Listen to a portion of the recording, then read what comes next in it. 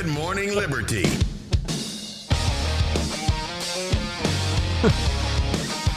Well, what is up, all of our liberty-loving friends? This is another fantastic episode of Good Morning Liberty. My name is Nate, and across from me is Chuck, coming at you on a bright and beautiful Monday afternoon here in Nashville, Tennessee, except for it's storming terribly, and it's really gross outside. Everything else I just said is true. His name is Chuck. How's it going, Chuck? Going great. Awesome, man.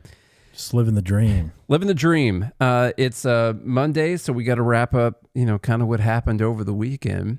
And what's going on right now is there is a bunch of stuff going on with Iran and the war, which we haven't talked about in a bit. It's a tough thing to talk about. Is it past the 60 days? Yeah. Has there been any authorization? No. Okay. No. All right. We're not going to authorize this stuff. Come on. I didn't know. That's ridiculous. I'm trying to catch up, too. Why would we want to do that? They have to put your name on this thing. I'm trying to catch up. No, we're not going to authorize. See, if we start a new confrontation right now, the 60-day clock resets. Okay. At that time. Did we end the first? Get a new. That one's over. Yeah. Okay. We said this is a new one. All right. Mm-hmm. Totally new thing. Don't even try to connect it to that stuff we were doing back in March. It's a totally different situation that we're dealing with right now. So thank you guys so much for hanging out with us. If you're on YouTube, leave a comment, leave a like, tell your friends, tell the children to listen to Good Morning Liberty every single day of the week when we want to. We greatly appreciate all of you guys for being here right now. Let's get you up to date on what's going on. And I'm going to get Charlie up to date on what's going on too. Please. Because, listen, man. It's tough to keep track of this stuff. Look, and I could tell you if I were to look at my phone right now on like usage or whatever, probably 12 minutes worth of X. Yeah. To your probably 12 hours. 12 hours. Yeah. That would be accurate. Yeah. Yeah. So I just haven't been on it. So Trump fired this one off at midnight this morning. Said Iran really wants to make a deal, and it will be a good one for the USA and those that are with us. But don't the Democrats and various seemingly unpatriotic Republicans understand that it is much tougher for me to properly do my job and negotiate when political hacks keep negatively chirping at levels never seen before, over and over again, that I should move faster or move slower or go to war or not go to war or whatever. Just sit back and relax. It will all work out well in the end. It always does. And see, that's why you don't need to authorize this stuff. You trust in Trump. Trust me, bro. That's what he's saying here. Now, okay, I will say I like one thing about this where he says that I should move faster, move slower, or go to war or not go to war. Like he's calling out both sides here. Like he's calling out the Lindsey Grahams and the Thomas Masseys. We got someone asking here, Charlie, who's this co-host? I know. I get it. Hardly ever here. I just put it up on screen. You can't see it, but yeah, it says, who's this co-host? Oh, sorry. I'm not on YouTube. He's not on the YouTube. I'm not seeing the YouTube comments. We're hanging out on here today. So leave a comment. Maybe I'll put it up here. We'll see. So that's not all, though. That's not all the news we have. That's just what Trump posted out at midnight. And I think a little bit, this is not just towards the people who are against this war. I think he's also getting annoyed by the people that are super in favor of doing this war at the same time. Because anytime it sounds like there could be a deal or we're working on stuff, you immediately get like the Mark Levins of the world saying that this isn't enough. We got to get more than that. And I think he's maybe getting a little bit annoyed by that as well. So we get a little bit of news this morning from Axios. It says the U.S. push for Lebanon ceasefire stalls as Israel eyes Beirut strikes. So Israel had announced that people needed to evacuate. They were going to start hitting some suburbs in Beirut so they could fight the terrorists there in Lebanon. And then we get the news that Iran is halting ceasefire talks with the U.S. and saying that it's going to keep the Strait of Hormuz closed. Okay. So this is all like happening today. This is why it's so tough to talk about the Iran stuff. It's just... It's Fugazi. Last week, if we would have been doing a show talking about Iran, it would have been, oh, look at this deal Trump is pulling out. It's going to be so great. And breaking news. You panic hands. Look at what we finally accomplished. And then it's like, okay, nothing is actually, we're actually still just where we were. Nothing has happened, I guess, except for a few more bombs have been getting dropped, and gas is still super expensive. And that sucks, by the way. Iran has accused the Trump administration of ceasefire violations. Well, all they did was fire. It's not a violation. The ceasefire, come on. And will move to close the Strait of Hormuz and stop exchanging messages with the U.S. through intermediaries, Iran's state-affiliated outlet Tasnim news agency reported Monday. The report, translated from a post on the messaging app Telegram, pointed to Israel's military operations in Lebanon against the Iranian-backed militia Hezbollah as a violation of the ceasefire with the U.S. Oh, see, it's not the U.S. It's Israel. It's Israel. I do wish that Trump could come out and say they don't know what they're doing again. I do wish, because there's a lot of people out there, they're like, oh, everyone's blaming everything on Israel. And, of course, they're all anti-Semitic and all that, and all these conspiracy theories about AIPAC or Israel, whoever running the country. I do wish they'd be a little bit more critical of Israel, like blatantly trying to torpedo Trump's peace talks, because this always happens. They're like, we're close to a deal, and Israel's like, we're going to start bombing Beirut again. These people who they said specifically this ceasefire had to be imposed to have any kind of peace deal with Iran. But the people that are super pro-Israel or super pro-Trump never seem to come out and be super critical of Israel for trying to destroy Trump's peace negotiations. It's really weird. I find it all to be very weird. Don't worry, we got a little bit more information. Let's see. Just got to keep up. All right, try to keep up here. Trump posted out around noon today. I had a very productive call with Prime Minister Bibi Netanyahu of Israel, just in case you're wondering where he was from. Yeah. And there will be no troops going to Beirut, and any troops that are on their way have already been turned back. Likewise, through highly placed representatives, I had a very good call with Hezbollah, and they agreed that all shooting will stop, that Israel will not attack them, and they will not attack Israel. President Donald J. Trump. Well, there we go. So there we go. We got it. Now the ceasefire's back on. I don't know. Sure, that could be the case. But Trump says, and I've seen this posted by many people super favorable to Trump, says that talks are continuing at a rapid pace with Iran. Thank you for your attention to this matter. There we go. Talks are back on, baby.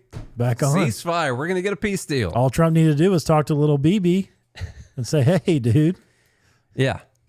You know this is part of the ceasefire. Stop bombing those folks. And if that worked, and if that does work, like, that's good. I'm glad that he did it. I do still wonder what people have as their metric for success in this war. Like, what are they looking for? I want to know what the people that are supportive of this war would accept as a win at this point.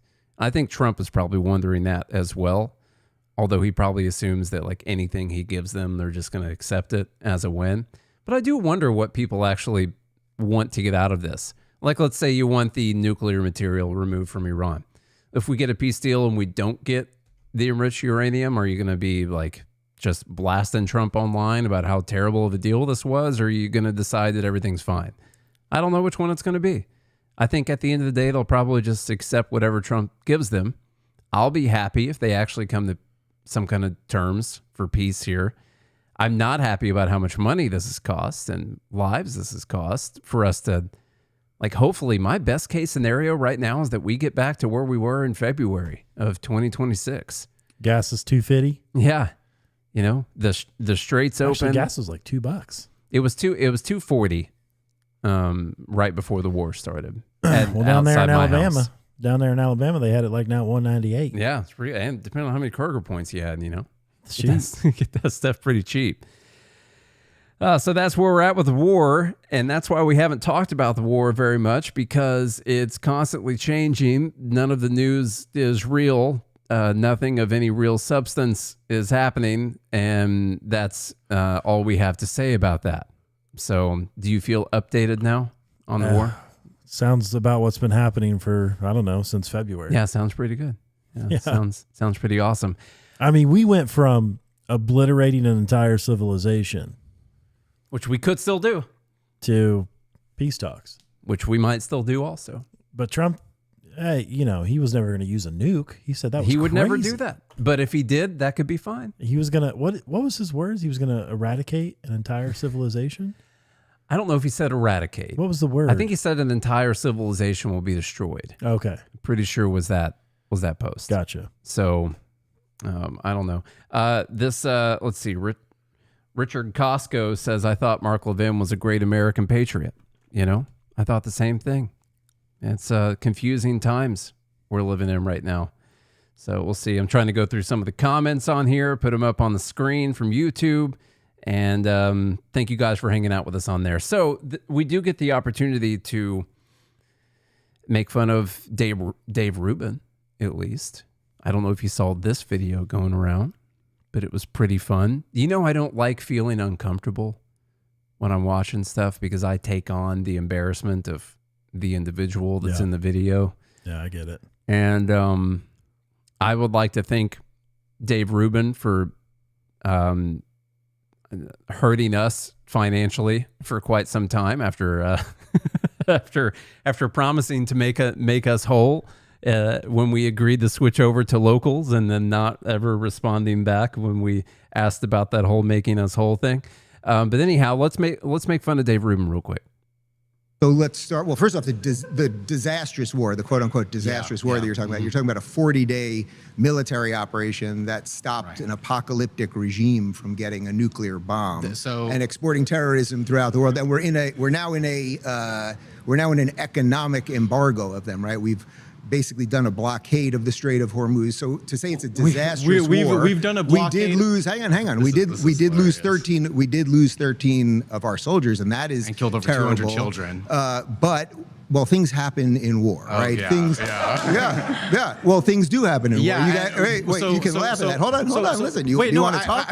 War is the last. If Donald Trump wanted to prevent the Islamic Republic of Iran from obtaining a nuclear weapon, he could have just stuck with the Iran nuclear deal that he ripped up. Iran did not enrich past the 3.67. Wait, they didn't enrich past the 3.67% agreed upon in the JCPOA. They only got to 60% after Donald Trump left that deal. I'm impressed with your talking points. You got impressive talking points, and you memorized them well. They're not correct, but I am impressed. Okay. First off, the Iranians admitted in the negotiations right before the war started that they were enriching past what they were allowed to. That's number one. Number two, can you agree or verify their claims? It's one thing to say, oh, this is what we're doing, this is what we are agreed to, et cetera, but you have to be able to verify that. And the idea that we have people on the ground I love this part right here. I'm gonna cut in and just show that there's a fact check on the side of the screen on Jubilee, which basically fact checked and confirmed what the guy who's debating Dave Rubin said. And Rubin's he's getting put into a corner right now, and so of course he's going to try and shift his way out of it coming up here in a second. But it is the case that there was a nuclear deal, and we all hate the nuclear deal because Obama did the nuclear deal. Yeah. And so it's a bad nuclear deal. I gave him pallets of cash. Pallets of cash. Were flown secretly on CIA planes. Pallets of cash were given to them. Now, I think a lot of it was technically their money that we were like releasing back to them. But pallets of cash to the number one state sponsor of terror, Charlie. And Obama did this deal, and he is a Muslim from Kenya. And so we cannot support this deal. It just happens to be the fact that Iran was not enriching past what the deal said they could enrich to, which was like the civilian nuclear program enrichment, 3.67%. And they didn't start enriching past that until Trump in his first term tore up the deal.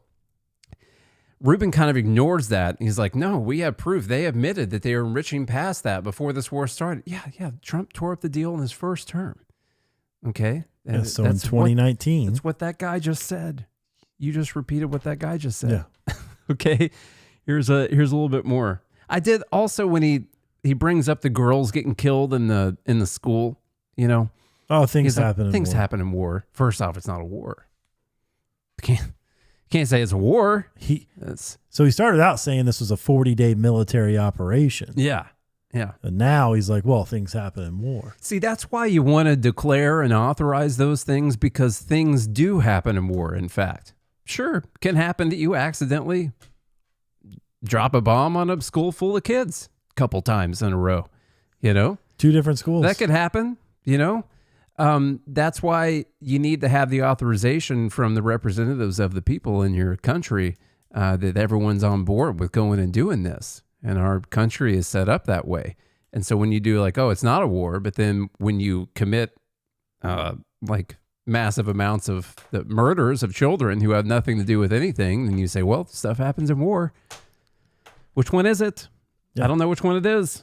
They want to use that excuse when it's convenient. Yeah, of course. Let's do a little bit more on this video. The UN or some third-party organization that can verify what they're actually doing. The IAEA assessments agree with me, and Tulsi Gabbard, our Director of National Intelligence, testified in front of Congress last year, and according to the entire intelligence community, Iran did not have a nuclear weapons program. Okay.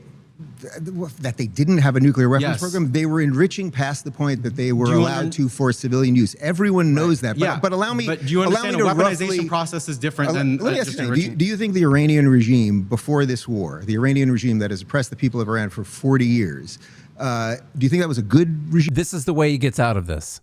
It was funny to watch because this guy that he's debating clearly has some facts on his side. Obviously, Tulsi Gabbard, our own government, says that they weren't making nukes. They had not restarted their nuclear weapons program. Okay. They did not start enriching past 3.67 until Trump tore up the deal. She confirmed that we obliterated She also said we obliterated their program, their nuclear sites. And so now he's stuck with this guy for however many more seconds are left in the Jubilee debate on this thing. And so he immediately shifts to, oh, well, do you like Iran? Are they the kind of people that you want to support? This terrible regime that oppresses its own people? And so that everyone knows that. But allow me. But do you understand a weaponization process is different than just enriching? Do you think the Iranian regime before this war, the Iranian regime that has oppressed the people of Iran for 40 years, do you think that was a good regime? Would you say that was a good government? Would you like to live under those people? Were they progressive in any way? Do they hold any of the values that any of you guys hold? No, but we don't just start wars on countries whose politics we disagree with or who are oppressive to their own people. We were actually an ally to Saudi Arabia. All right. He was about to make a good point there as well. This guy's good. Yeah, I couldn't wait until Dumb Bleep of the Week on Friday to talk about that, although I'm sure it's going to get brought up. So right now we got a little bit of time left while we've updated you on the nothing that is going on with the Iran war. So that's cool. Matt Walsh had a good comment on this, actually. I have it pulled up, so I guess I'll read it. He says, pretty much all of the prominent voices who supported the Iran war assured us it would be over by now. None of them will admit they were wrong. Even less will admit that their initial assurances were based on nothing but their own wish casting. This whole shit show has been an enormous waste of time and resources, and our country has not benefited from it at all. Its advocates have moved the goalposts repeatedly and have even to this day refused to clearly articulate what constitutes a victory and how we'll know that it has been achieved. That is accurate. That is very true. What is the benefit? Like what? Okay, trust Trump. What are we getting from this? Does anyone know?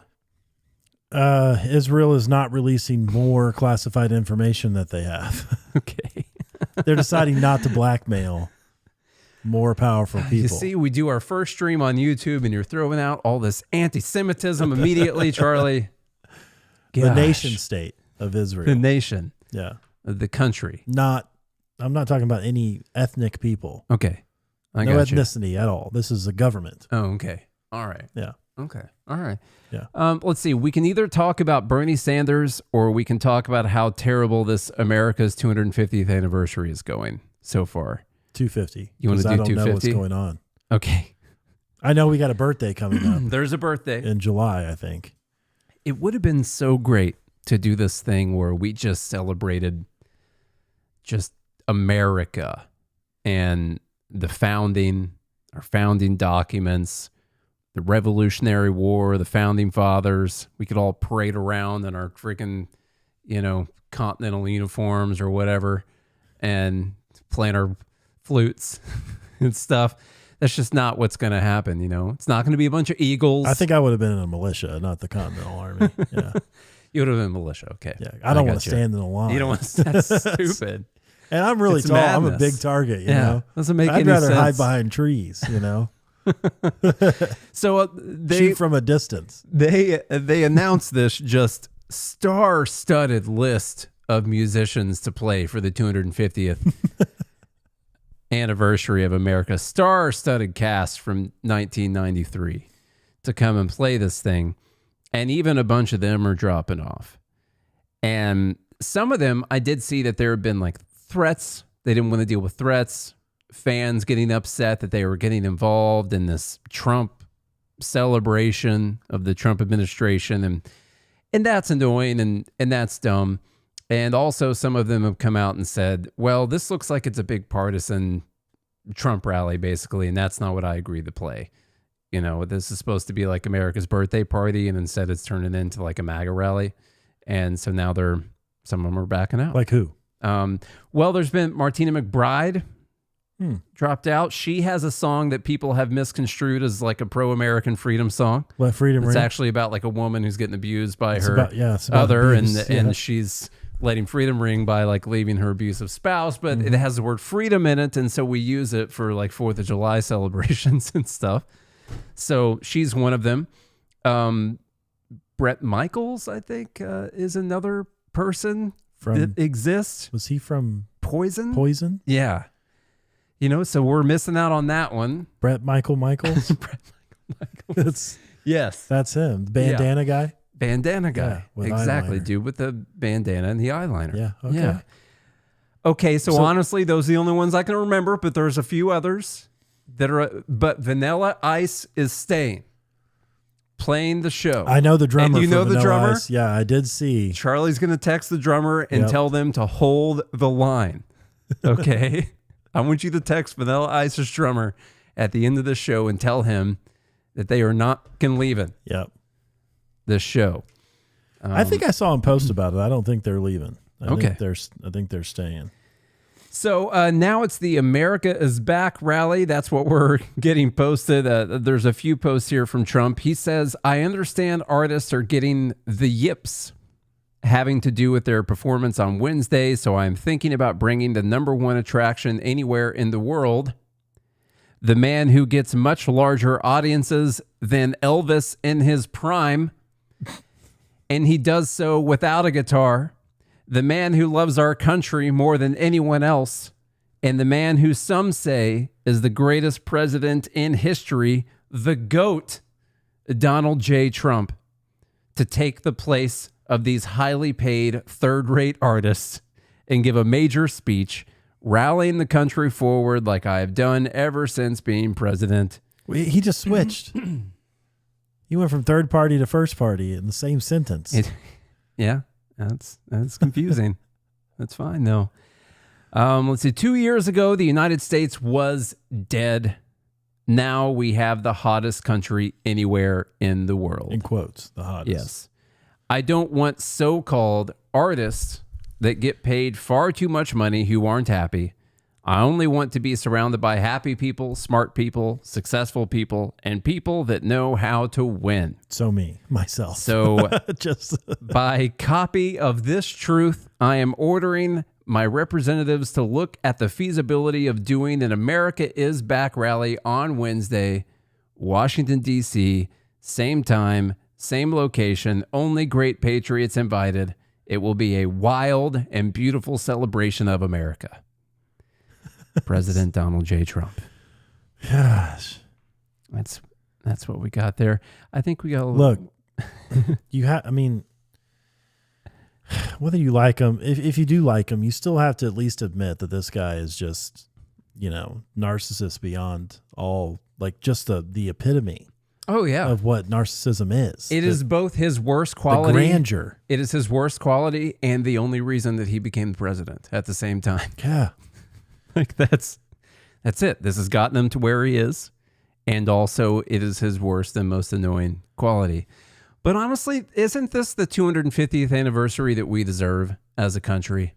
Like, we didn't deserve to be up there and pretend like we cared about the Constitution and the Founding Fathers. The more I think about it, this is awesome.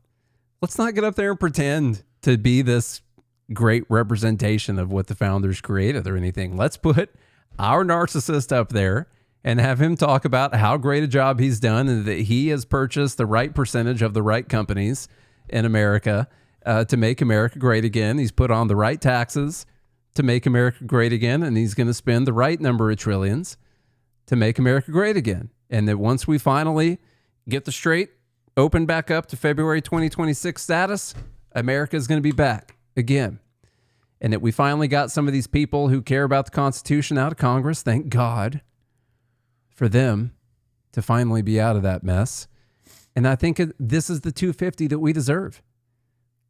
We earned this. All of us did, collectively, by either voting for it or by not doing a good enough job convincing the rest of the people in the country. This is happening on a smaller government is better. Wednesday, July 4th? I have no idea. It just said Wednesday. He's talked about it like it's coming up this week. It's got to be, no, July 4th is on a Saturday this year. So yeah, July 4th. Yeah, Saturday. So Wednesday the 1st. I have no idea. It could. He literally is talking about it like it's coming up. Does anyone know when this thing is actually happening? I probably should have checked on that. 3rd? I don't know. It would be weird to have it already, but well, let's see what else he has to say. He says we should have a giant Make America Great Again rally for 250 instead of having overpriced singers who nobody wants to hear, whose music is boring. This is different from the last one I read, by the way. It's a different one. Who nobody wants to hear, whose music is boring, and yet who do nothing but complain. Cancel it, just like I canceled my involvement with the failing and unsafe to be in Kennedy Center because a highly conflicted, crooked federal judge said that I should not be allowed to spend my time and money in order to make the center great again. Actually, he's upset that they had to take his name off the Kennedy Center. That's another thing that happened. He would have been totally fine with the Kennedy Center if he just would have had his name on it. That's fine, but now it's bad. Actually, far greater than it ever was before. It would have also been nice to see a Republican-Democrat union bring it back to life. The Kennedy Center is broken, unsafe, and busted with a $, and has been for many years. Judge Cooper also stated that the highly prestigious board of the center was not authorized to add on the name Trump, despite the fact that hundreds of millions of dollars of my time and money will be necessary for its successful reincarnation. So now the Kennedy Center will collapse, both structurally and financially. So are we talking about the concert now? Are we talking about this morphed into a thing about the concert, into a conversation about the Kennedy Center, which is actually upset with us. So we're going to cancel the concert and the Kennedy Center at the same time. Does he do like speech to text? I don't know. I don't know what's happening. Is he weaving this? I mean, he ends it on the judges and the judge's wife. He doesn't even go back to the concert. He doesn't. No. You just kind of follow he finishes along here. with him. Judge Cooper and his wife Amy Jeffress. I can't say that word. Obfuscation, anyone? Obfuscation. Obfuscation, anyone? Should be ashamed of themselves. Judge Cooper, like numerous other crooked judges on my cases, should be impeached. Make America Great Again. Exactly. What happened to the Make America Great Again rally? I just, he got here, so he knows something more than I do. All right. Who gives a shit about the Kennedy Center? Seriously, no one cares at all.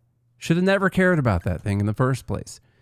This 250 celebration, honestly, What is the Kennedy Center? I don't. It's like a performing arts center. Oh, okay. Yeah, I mean, it's where rich people go to feel important for a little bit. They watch ballets. They go and just see stuff, and they wear their tuxedos and just look down on people. Basically, that's what they do. Kind of like the Ford Theater where Lincoln got shot. Culture, yeah, okay, yeah, but not as cool as that one. We've got one other thing here, although we only have 9 minutes left, so I might want to push it till tomorrow. Bernie Sanders has a new commie plan that... In case you forgot he was a communist. Yeah, don't forget. Like, the commies still exist and they suck. All right? Unfortunately, Trump opened the door for this one, and that is something that people should not forget. He wants the government to take 50% ownership in AI companies. Anthropic, ChatGPT, whoever, OpenAI, maybe XAI, that too, whoever owns the other companies, wants to do 50% and then tax the other half of it too. Don't forget about that. He's got this big op-ed in the New York Times that maybe we should talk about tomorrow, but here's the unfortunate part. Now all we're left between Republicans and Democrats is not really an argument, not an argument on principle of whether or not it's right for the government to take ownership in U.S. private companies. The argument's going to be whether or not it's okay to take 50% or 10% or 15%. 90%. We're just going to argue over the numbers. Now, on a little bit different side, at least with Intel or whatever, they at least took your money by force under threat of imprisonment and gave it to those companies in exchange for taking ownership. So at least you were forced to like buy in. Bernie really wants to seize half of it in what he calls a tax. He's like, we should tax it in the form of taking 50% ownership of the company. And but now you see what happens when you give up on the principle that like it's bad for the U.S. government to take ownership of private companies. Well, it was good last year. Fine when Trump did it. Make America great again, baby. So what if Bernie's like forces them to take half the value of that stock or whatever, then it's okay for the government to take 50%. Now we're just arguing over the percentage. And that is more than annoying, for sure. It's moved the needle. That's where we are. So like now Republicans can't say the government shouldn't own private corporations. Really? I mean, you set the precedent. You were literally fine with it until Bernie brought it up, about these companies. This is a great discussion because I want to hear from MAGA folks. I know we have a few that still listen to our show. I want to hear from them on this, something like this. Like, because a lot of times the argument is like, oh, stick to your principles or be pragmatic about the situation. It's like, okay, well, whenever you forego principles to be pragmatic, what happens in the future? Like if you capitulate, if you negotiate, you give a little bit of your principles away, what happens with that in the future? And this is why I think it's so important that we don't deviate from what the principles of economics should be and how government should operate. We should have the freest economy possible, completely away from any government interference. Mm-hmm. And anything that separates from that, it doesn't matter how good the outcome might be, can be used against you. We should have complete separation of economy and state. In Court 7. It could be used against you in Court 7 and Court 9. Mm-hmm. And so the issue here with what Trump did in taking ownership of these companies is what you decided was you were fine with the government owning companies. And this was not the first time probably that they've taken any ownership in any companies, but the first time that a really big majority of Republicans were like, oh, it's totally fine. This is for national security, or this is for defense, or this, it's to fight China, or whatever the case may be. And what you really said was it's okay for the U.S. government to do this. And there's going to come a time where someone's running the U.S. government that you don't like, and they're going to do it. Now, in this case, it's AI. I don't know how I feel about AI, honestly. I'm both want to get really good at it and also would be fine if it were all destroyed at the same time. So I'm still like teetering on that. I watch a lot of sci-fi movies and it's just, it doesn't end well. You know where this is going. I know, the prophecies foretold back in the 80s and 90s were not good on AI. And so I'm not sure exactly how I feel about the whole thing. I mean, and look, so do you think the people who wrote those movies or books just came up with the idea themselves? The whole thing is like, yeah. I mean, artificial intelligence was coined in the 50s. Yeah. We knew once we had computing power that we could eventually automate it and make it agentic. But now we're in like now we're in the same way that we were racing to the atom bomb or whatever. Like we had to get it before Germany did. Obviously, it sucked if they would have gotten it and we wouldn't have gotten it, you know. In fact, we stole their scientists. Eventually, we got some of their scientists, and they took us. I think we got to the moon beforehand. or something, you know. And so, and now we're like, well, China's got this AI, and what are they going to do with it? That'd be bad. You see that new Mission Impossible movie? It wasn't good. You know, China's got quantum computers too. They can, yeah. And so don't we have to get it too? And that might be the case. That might be true. But if you want to destroy AI, we'll talk about this tomorrow, then you'll want Bernie's plan to succeed. Like that's the surest way to kill any chance of America leaping forward in AI is to give half of it to the government. I actually like this question from one of the listeners here on YouTube. We should allow the AI companies to right to sell to the Chinese government and keep our government out of it. So if you want to talk about like principles, things like that, I think, you know, hey, a good question. Should there be any limit to the free market? You know, on a national security basis for our companies to be doing work for perceived adversaries, like, I guess. So is that the should question? SpaceX be allowed to sell their rocket technology to Iran? To Iran? I mean, should they be allowed? Wow. I would prefer that they didn't. Because right now, and I think right now, they're not allowed. Given that we're engaged in an armed conflict with them, that'd be probably not something I want them to be involved in. It's whatsoever, a conversation worth having. You know? I think you know, you raise a good point. I know who you are, but I'll say your name here, Righteous Gemstones. You raise a good point. I'm always going to default to principles, but I don't know. I mean, it is something to think about. It is always intriguing. Because if you carry that principle out in those other scenarios, like SpaceX selling rocket technology, that would give Iran the capability to actually, you know, reach the United States with that kind of technology. Is that something that you would want to allow? In this actual scenario, like Russia or China can just give them one, you know, like they don't need SpaceX to come up with some newfangled technology to give to Iran, you know, like Russia can just put one in a box, send it over there. It's a big box. I get it. It's a large box, but you know, like if they want a nuke that they can launch over towards us, they got some friends that can send them one. There's thousands of those things Another out there. chat. That we Who don't know knows? about. Who cares? Where's the Epstein files? You know what I want to know? We haven't talked about it in a while. What's the Dow at? Dow's high. Is it over 50? It's big.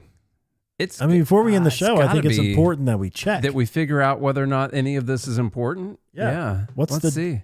Who cares what we're talking about? I just need to know. Man, Dow's at 51. 51. 51.84. Why are we talking about anything right now? Look at this economy. That's crazy.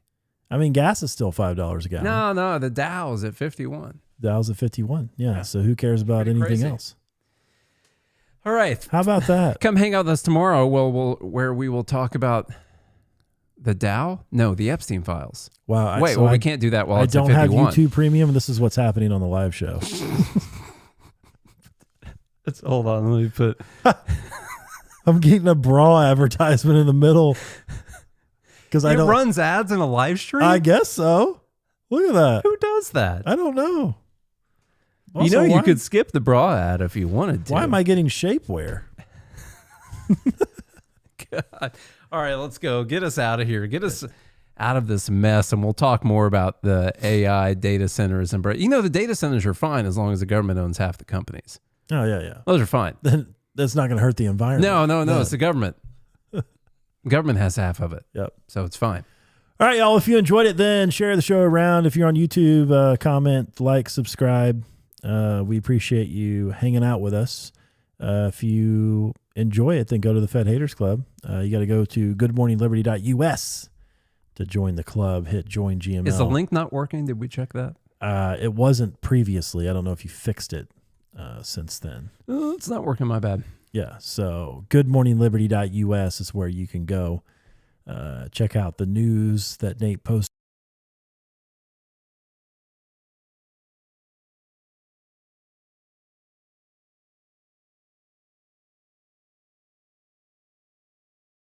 Even. Hello? Yeah, it's my bad. Would you just shut the whole thing off? I just hit a button that I didn't know existed over here. What did it do? It just shuts everything off. Huh? But it doesn't. It keeps everything going. Does it keep recording? Yeah, watch that. That's crazy, man. There's just a button that just does that. Okay. I'm going to use that against you hard. We're going to black. Yeah, but that's a fade the black button. It cuts everything off. All right. How about that? Well, do all those things I said or don't. I don't really care, but Nate does. Professional stream. Nate absolutely does. So do those things. And if you do, we'll be back again tomorrow. Yes. I didn't know if we were waiting until Wednesday. Before or after my eye appointment. And then see if you can still see good. Yeah. Yeah. We'll see. All right. We'll be back again tomorrow then. Until then, I hope you have a good day and a good morning, Liberty.